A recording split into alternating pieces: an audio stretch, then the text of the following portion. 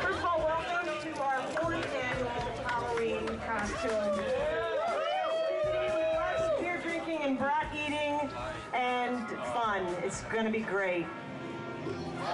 I'm very happy with the way God of War 2 came out. Provided we hit our mark, I was pretty confident that our sales would be better than God of War 1, but I was rather skeptical that our reviews would be. God of War 2, I think at the end of the day, probably equaled, if not slightly exceeded the first, which I was not expecting, and it was quite satisfying. I can't believe I'm fucking doing this. I deserve this one, then. This is the final chapter. So I think big goals for me are to finish this off in such a grand, epic fashion, something that is truly befitting of what we've done, what we've set up in 1 and 2. All right, this is for a revenge story. God of War 2 ended up being everything we ever hoped it would be, and probably a bit more. It got reviewed very well. I honestly feel like it was probably about as good a game as is likely to be made on the PS2, and I'm very proud that we managed to do that. Oh, one big family here at SCEA.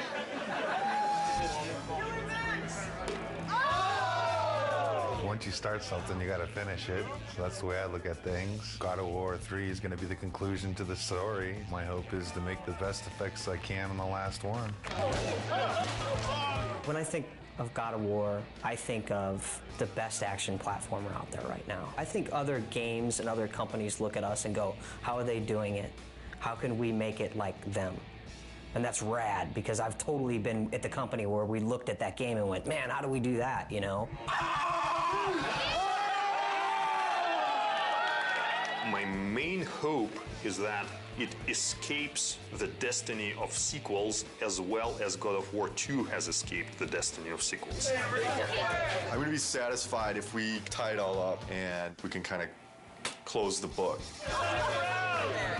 We're past the stage of figuring out what we want to do. We're now in the early phases of sorting out the how we're going to do it.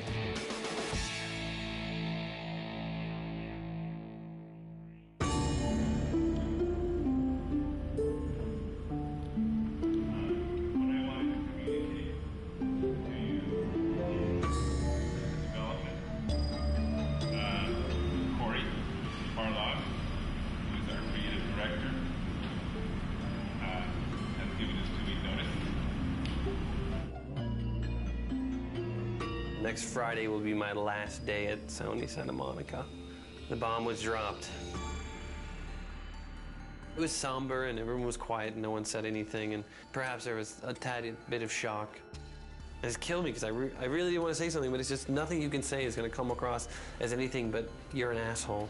When I heard that Corey was going to leave was kind of annoyance more than anything. It's, you know, it takes a long time to make a successful team as much as a successful product. It's always a pain when a key person in that team decides to move on. First emotion we felt was just shock. Didn't see it coming, didn't expect it. It's like dropping a bomb. Well, it was disbelief, obviously. I thought he would be the last one to leave. Incredibly bummed out, like very, very disappointed.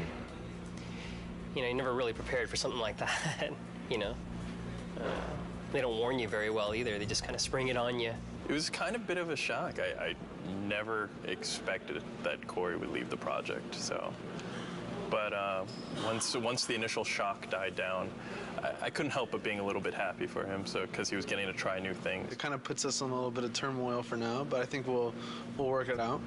I'm glad he has the balls to stick to whatever it is that he wants, but I'm also a little pissed that he's leaving us in the lurch, just kind of like holding the bag. I mean, I know I want to be here. If he needs to be someplace else, that's what he's got to do.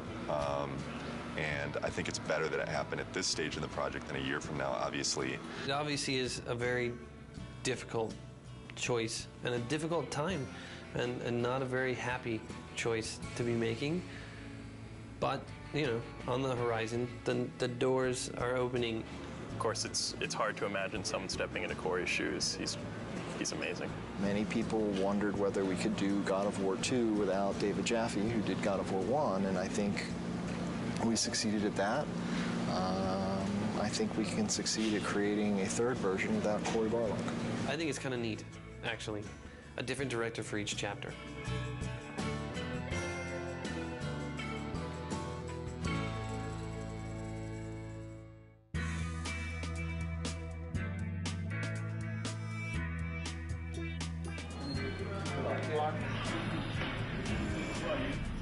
have chosen Stig Asmussen to take the helm.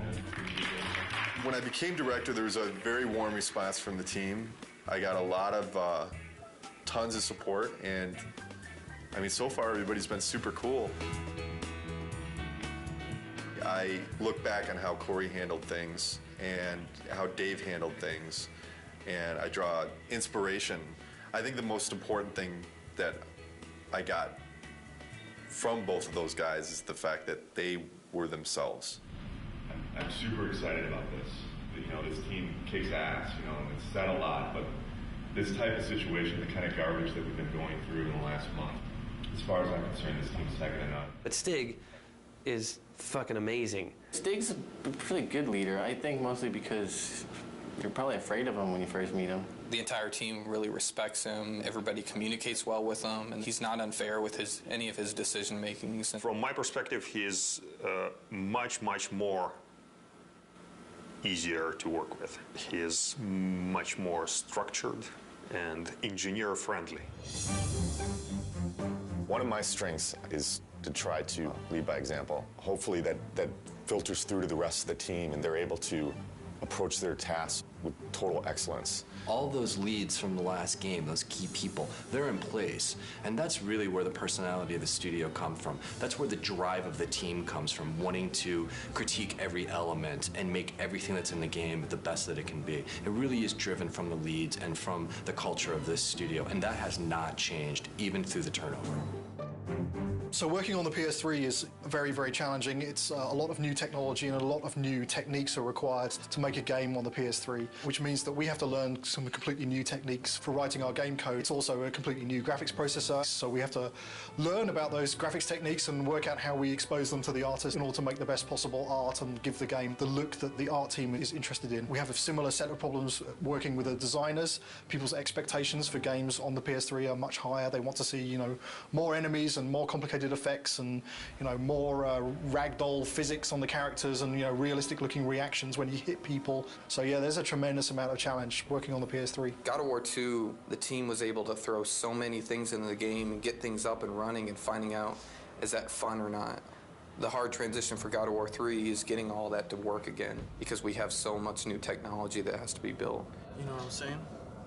Everybody has to relearn their own personal expectations and their limitations and how they're projecting their schedules and their tasks and things like that. Everybody is counting on everybody else to kind of make accurate predictions on what they can do. It's tough right now because everything's new. It's just so much more involved. That's very worrisome. When are we going to get to the point where we can say something's going to take 4 weeks to do and it's really going to take 4 weeks to do? It's understandable that nobody understands that right now. PlayStation 3, we're able to push a lot more polygons, a lot more texture resolution and detail, so things are hyper realistic. I mean, they're so realistic now that we can actually see pores on skin and hair and eyebrows and nose hairs. You can see everything. We have a lot of work ahead of us. Every character now is like taking 6 weeks, 8 weeks. At least 6 weeks. Yeah, to make one. It's not like before, it's like 5 days we can make one. For me, it's not knowing kind of where the limits are. You can make stuff look so super realistic now, and that takes a lot of time. Whereas before, we really had defined limits. Yeah, it's exponentially more complex. And the other big thing is this is going to be our first PlayStation 3 game, and we're expected to be able to beat games that some studios have released 2, 3, even 4. Gamers are expecting us to have better technology, better art, better visuals, better gameplay. Across the board, they expect it to be better. And that's pretty intimidating in itself. We're going crazy with the detail. When it's done, I think it's going to look incredible. You're going to see Kratos do a lot more subtle movement, more facial animation, things that the human eye just, usually takes for granted, but now we can include all those things. The things that we can actually accomplish are starting to now really become things that are only limited by our imagination. With the new hardware and the new system, we're able to kind of start pushing the player experience and creating like a much more kind of cohesive world. And like, the Titan before used to be in a cinematic and now you're actually like running on the damn thing. So it's like, whoa, we're getting there. Titans, we've never done anything like that. They're pretty crazy. It's insane.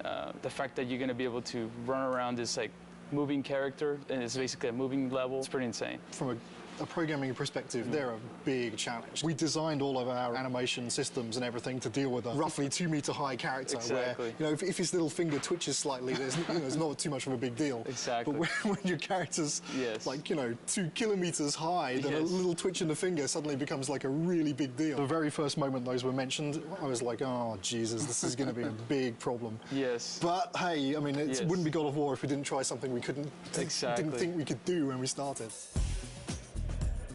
Because I'm very proud of this game and you guys, I've invited a storyteller friend of mine to come in our walkabout. So Stan Lee is going to join us today and check out your work.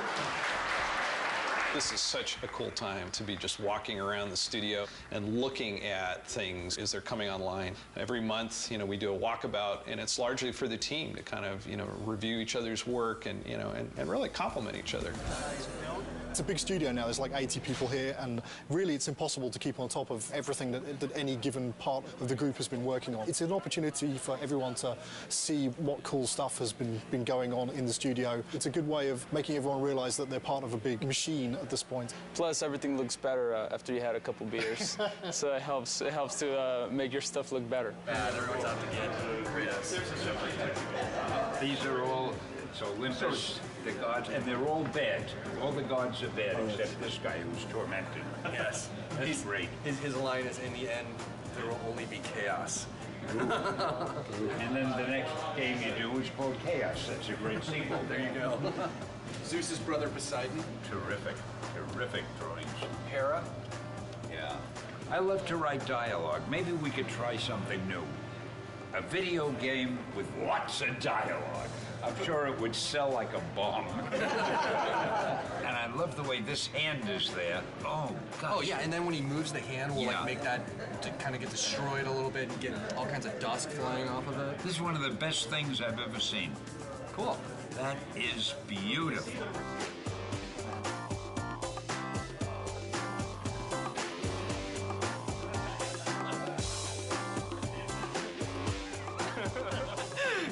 Last thing Corey did before he left.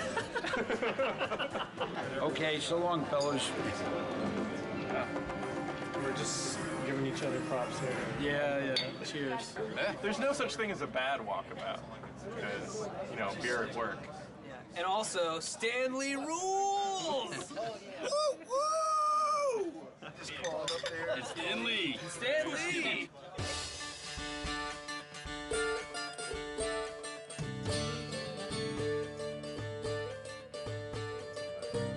I'm fine with it as long as we make it seem like it's in-game as much as possible. I'm still learning every single day, and I imagine that process won't ever end. And there's so many things that you can learn from every individual on this team. Stig is kind of man of the team, you know, very easygoing, very casual, but he's also extremely intelligent, very thoughtful. I think the thing that's been successful for him is that people just want to help him out. They just want to make a good game.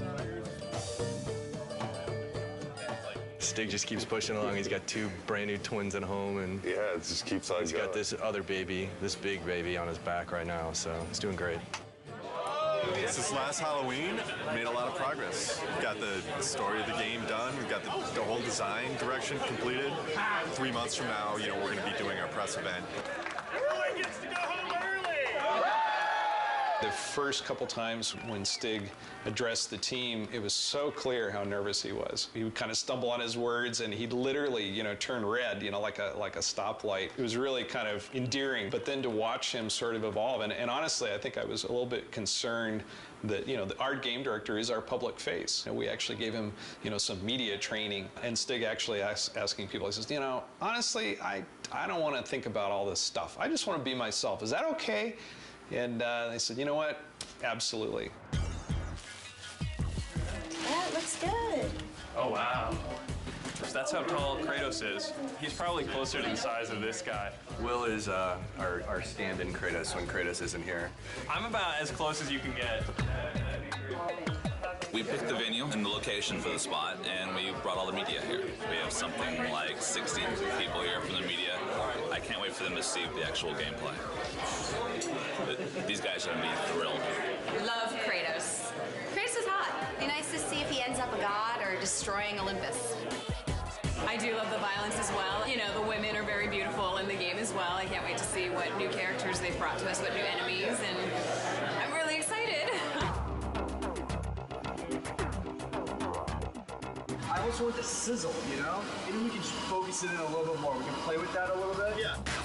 The development team has worked so hard on this project, so it's really fun to see when all their hard work comes to fruition. I'm going to get through the first couple slides up here, and then I'm going to start to walk around. Nobody has seen the gameplay outside of our studio, so this is going to be the first time. Want to get this over with. I'm nervous, but I'm also excited about this. I think we've got something really cool to show. I'm looking forward to seeing people's reactions. Can we play it? This is our first big kind of press thing. There's definitely some nerves with that. Anxious. I'm definitely anxious. The best thing that could happen today is people think it's awesome. You know, it totally kicks ass. The worst thing that could happen today is that people just flat out think it sucks. I don't think that's going to happen, but you never know with these media people.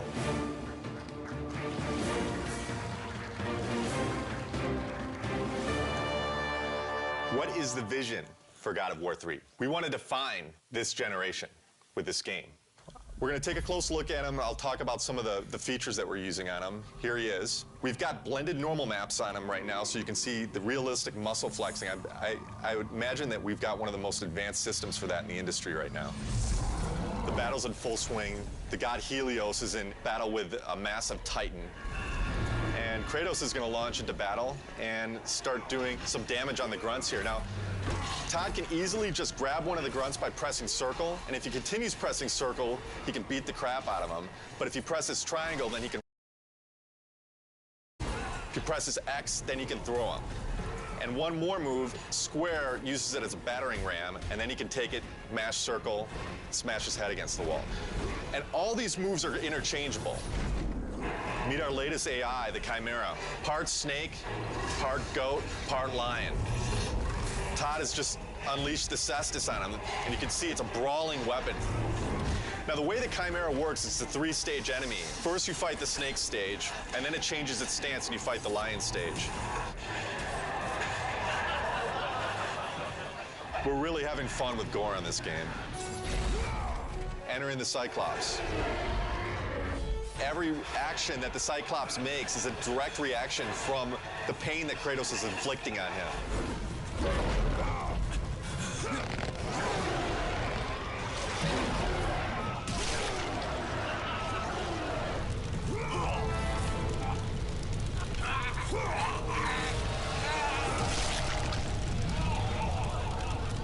Well, that's our newest upgrade, the Helios head. It can be used to reveal secrets. Todd has now found the door of Eos. Another thing the Helios head can be used as is a lantern in darkened areas. This is our newest form of travel in God of War, Icarus Ascension. Todd now has full flight controls over Kratos and basically dodging gameplay.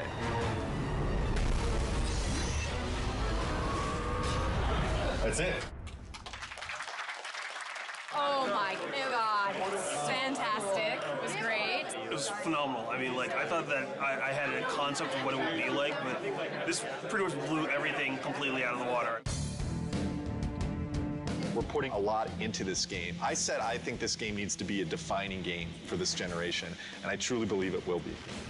I can't comment on what the future holds for the series because, you know, I'm focused on God of War 3 right now, but this is God of War is, this is it. This is the end of the story. We got a lot of work to do, so there's no time for relaxing, that's for sure. E3 is obviously a big thing. We got to get this playable to the public, what we just showed on the demo here. We're in pretty good shape for that, but we got to get the game done. But we still got a lot of work left to do.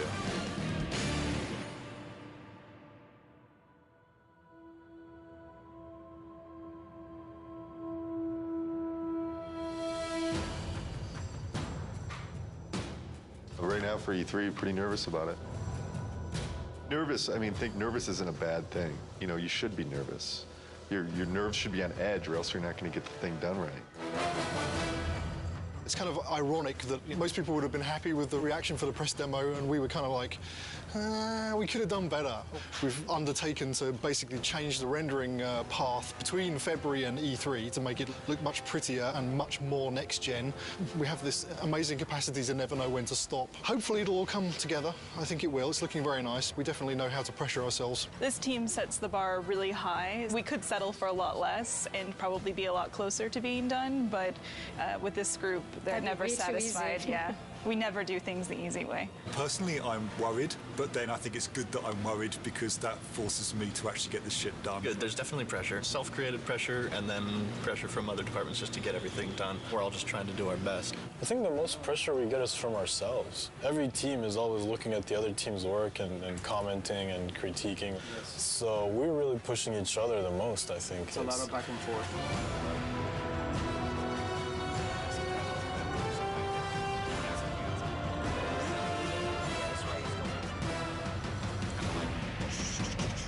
The following week, it's absolutely nothing moves because we're going to need to take every freaking second to make sure it's stable and we are at frame rate. So, stay with that. You want to just... The dead soldiers on the ground aren't in the poses? Nope, and they don't have blood streaks and stuff in here. Tyler's doing blood streaks. Alright, so we need a book over here then. The inactive mode would look like kind of like it does right now when the book's shut. The active mode, the book would open up and it would have like a glow around it. We have to open and close the book. Yeah, there's a button for it. We should have known that when we built it, because we didn't build it to open and close. Wait, you need the book to open and close? Yeah. There's no limit to good ideas, but there is a limit to how many of those good ideas that you can actually implement. And even if you make decisions and you make progress on things, it doesn't mean that you can get all those things done. We need to be able to tell people this thing is active now. Can we remove it for E3? Are you serious? No, I'm not. I mean, there's a lot of other shit here to get done besides getting a book to have in an active states. Let's say we don't do the open and close for E3. It would just have a glow effect and a light that comes with it, and that's it. Do we just put a sparkle on it then? Absolutely have any compromise for the schedule right now. I have to trust production, and I have to trust the fact that they're telling me that we can't get things done. So I feel like there's little things that have been compromised. I don't know that the player's going to necessarily miss them, but I sure am. It's part of making games. You don't always get what you want.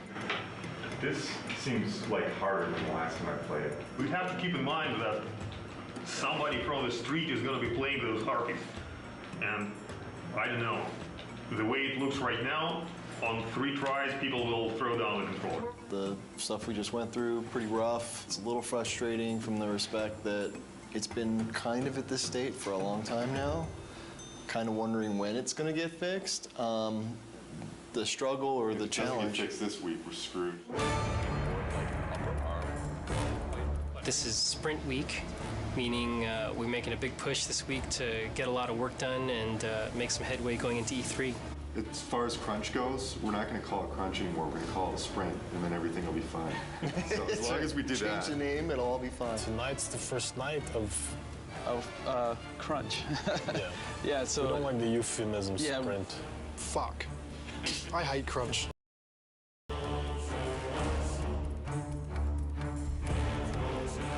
Right now, I'm creating a new build, and hopefully that will enable the rest of the studio to then continue working on the awesome content that they're creating for E3. They're definitely waiting on me. Definitely. As far as my end, I feel I'm okay, but then at the same time, I kind of feel like I'm waiting on technology a little bit to kind of come online. We just have a ton of bugs to fix. We're getting new technology right now, and the lighting's kind of broken, fog's kind of broken, so we're just trying to kind of survive, fix all our bugs, and get all of our tech in place so we can get this thing done. You're sprinting now. Yeah. Tonight's the first time the team has worked together as one, and there's a certain kind of level of excitement that goes into it and dread because we're still working, but it's a fun group to be with, and we're trying to get stuff done. You know, we can only do so much, right? And we'll just try to do as much as possible, as quickly as possible, and that's it. Hopefully we end up with something pretty cool, though. This is the biggest E3 we'll ever have. Everybody wants to still see if Santa Monica still has it.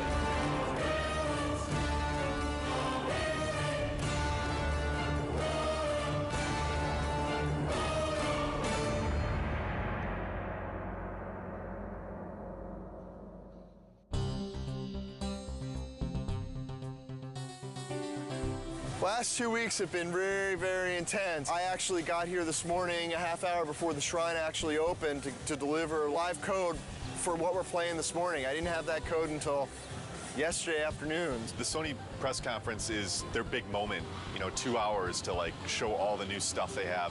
And it's going to be broadcast on live TV and web. And we're going to end the show with God of War 3.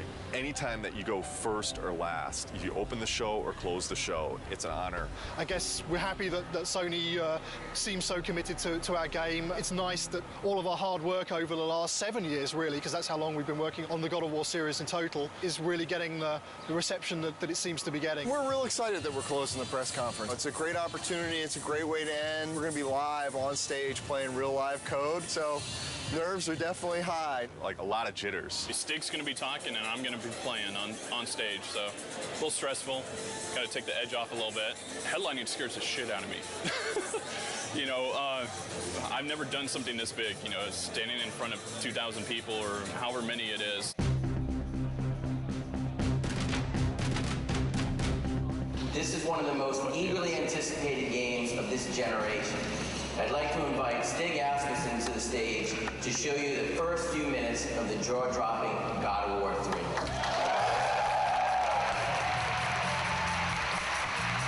We at Sony Santa Monica Studios are excited to be able to present this live demo of God of War 3. God of War 3 is the final chapter in our fantasy trilogy, based on the dark side of Greek mythology.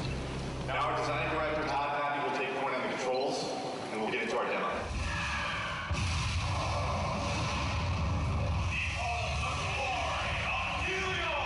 I'm really anxious. I'm really excited.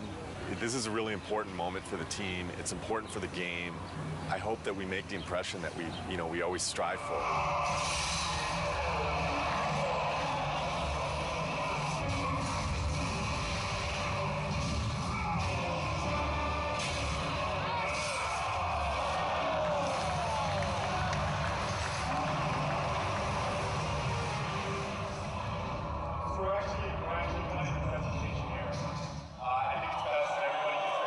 The demo's got a lot to show for, and we have an extra 20 minutes of gameplay so you can see how it ends. God of War 3 is due for release March 2010. Thank you. One line. Amazing, fucking awesome. People really seem to dig it. This went well. I don't see how it could have gone any better. Well, I'm kind of glad that E3 is back. It's pretty exciting. It's been a couple of years since there was a really decent-sized E3. It's always exciting to have your game here. This is what we work for. E3 is like Christmas. We've got 12 kiosks set up with God of War. We had a great time last night setting it up. It was actually, we got there, the Sony booth was relatively quiet. All the games were up and running, but there weren't a lot of people playing anything. We started loading in the God of War, and people started lining up behind me to play it. I had somebody tell me today, one of the producers of another product told me when we got in there and loaded our code, all work stopped at the Sony booth so they could come play our product. Hugely flattering, big kudos to the team. Got chills just having that whole experience. It was awesome. It was excellent. It was, disgusting and exciting all at the same time. I waited an hour to play that game. When you finally get to decapitate Halo's head, that was like amazing. Didn't expect to see that. It's pretty brutal. I mean, way more brutal than like the first two. Every new game, they bump it up a little bit, so it's definitely good stuff. Waited in line 2 hours to play. What can I say? It's God of War with unforgiving amounts of violence, great gameplay, kind of thing that, just spend all day playing, not call your girlfriend, whatever, who cares, right? Super pumped to see it. Makes me so jazzed. So this is Christmas. This is Christmas. But it lasts 3 days. We can't believe it's back. It's like awesome. Really good. I'm so fucking happy that E3's back. I mean, it means so much for the industry. Seeing people's faces when they play, we just ship it out to the store, so the team really doesn't see, people's reactions and just even the oohs and the ahs at the press event. It makes it all worth it. Just seeing the people's faces. I mean, that's why I make the thing. I want to take people to that next level. I think this is what excites the team the most when they get to see people's reactions. We work our asses off before this to just get the demo to be as polished as possible, and we're so drained, put so much energy into it, that all this energy coming from the outside just builds us back up and gives us that ability to finish the game.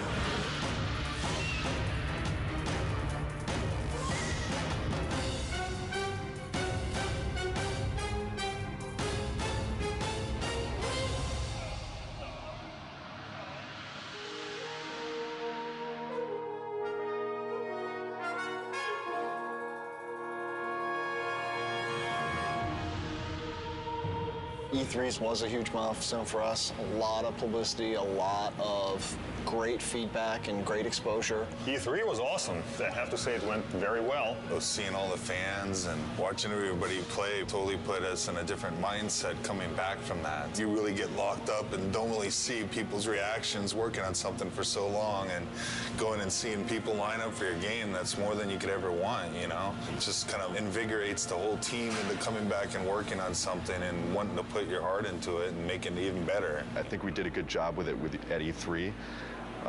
And that shouldn't be our high point. That should be like our midpoint. Alpha is when the whole game from start to finish needs to be in one bag. It can have placeholder assets, but you can fly basically through the whole game or walk through the whole game, and everything's represented in approximately the way that it will ship with. Yeah, so ideally by Alpha we shouldn't go, oh hey, we need that extra bad guy, or hey, we're gonna add a new boss. Which we've done on other games, so. But ideally on God of War 3, you know, Alpha will be, okay, all of our pieces are in. And then after Alpha becomes Beta, and Beta is basically art lock. I want to make sure that when I'm playing the game, I've got a smile on my face. You know, I've played God of War for the last 6 or 7 years of my life now. As long as I'm got a smile on my face, I think there's a good chance that that's going to translate over to the fans. If you kind of take a look at this here, you can see this character that's the size of the Sears Tower, roughly. It's about 1,500 feet tall. It's a different kind of boss battle. Kronos is more than Gaia, is more fully alive, and you're more fighting on a character that's moving around. So this has been very tedious and challenging and time-consuming to put this together, but I think at the end it'll definitely be worth it, and people will feel like they're playing something they never played before. Kronos will actually thrust his hands forward into his scrape and leave his fingers there, so that you can actually attack his fingernails. We'll have a breakable in the fingernail, and then the fingernail will bring up like a circle prompt. You'll grab onto that and in the CS move, and then basically do a struggle and then rip it out, and you know, it'll be kind of a gory, cool, memorable moment. We actually want to make this awesome. We want to make this gameplay super exciting. It's going to be everything people expect from what the Titan fight should be. What are the big tech issues, Chris, that you need support on? The only big tech issue we need support on at the moment is the issue with the collision. The more static you can get him, the more precision you will get in your CS move. The problem is that since it's a skin collision, the skin itself is not just a non-deformable object that you can rely on to not have change from one frame to the other. That's the biggest issue we can have. What we're doing hasn't really ever been done before, and so a lot of what we're running into are issues with trying to make it as exciting as possible, but working within the technical constraints that we have and in the time frame that we have. I would say that the rewrite of skinned collision is turning into a very unrealistic proposition to get it finished before Alpha. Time is the biggest fun killer usually, is as far as developing. It's where you come up with the most exciting scenarios, but do we have the time to put it together? Fabrice and I will need to take a look at what is going on and what's fixable and what is not, and what we will have to design around. With Kronos, the whole is greater than the sum of its parts, and when you see it all together in the finished product with all the polish, I think it's going to be one of the most memorable experiences in gaming history. That's how I feel about it. I know it's going to be like that. The murderer of Gaia enters my tomb. Kronos! I know it was you who killed her, Spartan. Who else could?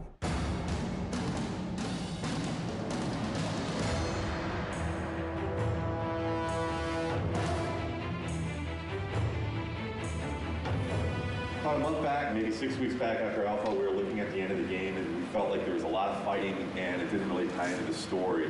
We had a couple brainstorming meetings and we came up with this idea that it would be really cool to go inside Kratos' head. Because that's where the struggle is really taking place. The story's really never done until the game ships. And we're always tweaking it and modifying it. But I really like working on the story. Kratos is going to have this emotional struggle inside of his head.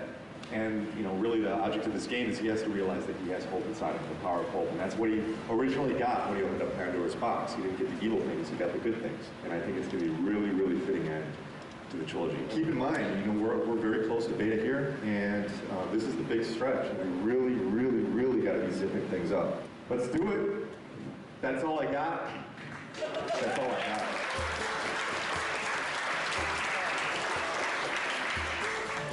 This is the third Halloween. I think for many it's probably a big relief. We're less than 3 months away from being done. It's been 2+ years. It's been an incredible journey. We've overcome so many pitfalls along the way with change of personnel, project redesigns. Despite all that, we've managed to continue to elevate and continue to push ourselves and continue to make the best products we as a team can do. And I think God of War 3 is living up to that. To complete the third one is pretty amazing. We always tried to hit the highest mark we possibly could, and I think we've done it once again with this one. So we're going to have to wait and see what the fans think, but I have really, really high hopes.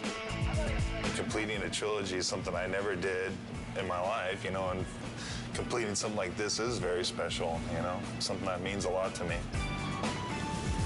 Sentimental moment.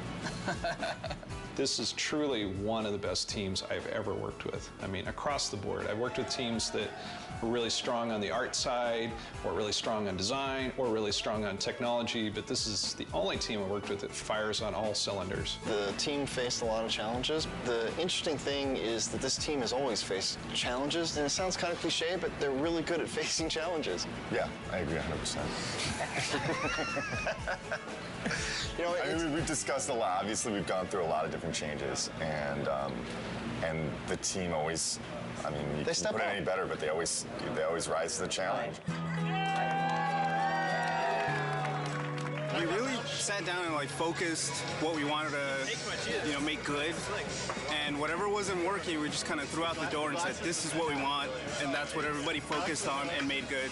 Fans are going to be blown away. We're still getting surprised as far as how good things look. The game's awesome. It's going to be good.